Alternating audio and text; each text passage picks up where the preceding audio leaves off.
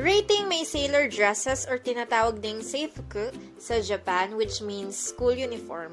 Actually, ito din yung ginagamit ko sa face-to-face classes namin pag pumapasok ko.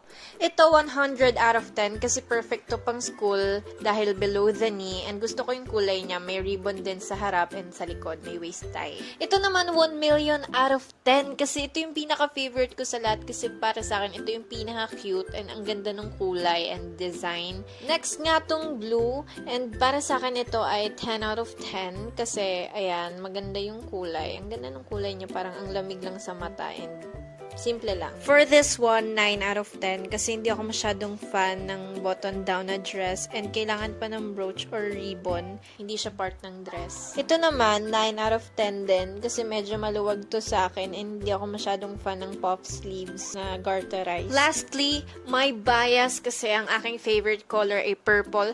1 million out of 10 kasi nandito lahat ng qualities na gusto ko. Checkered, purple, may ribbon, and ang bubbly lang tignan. Follow for more!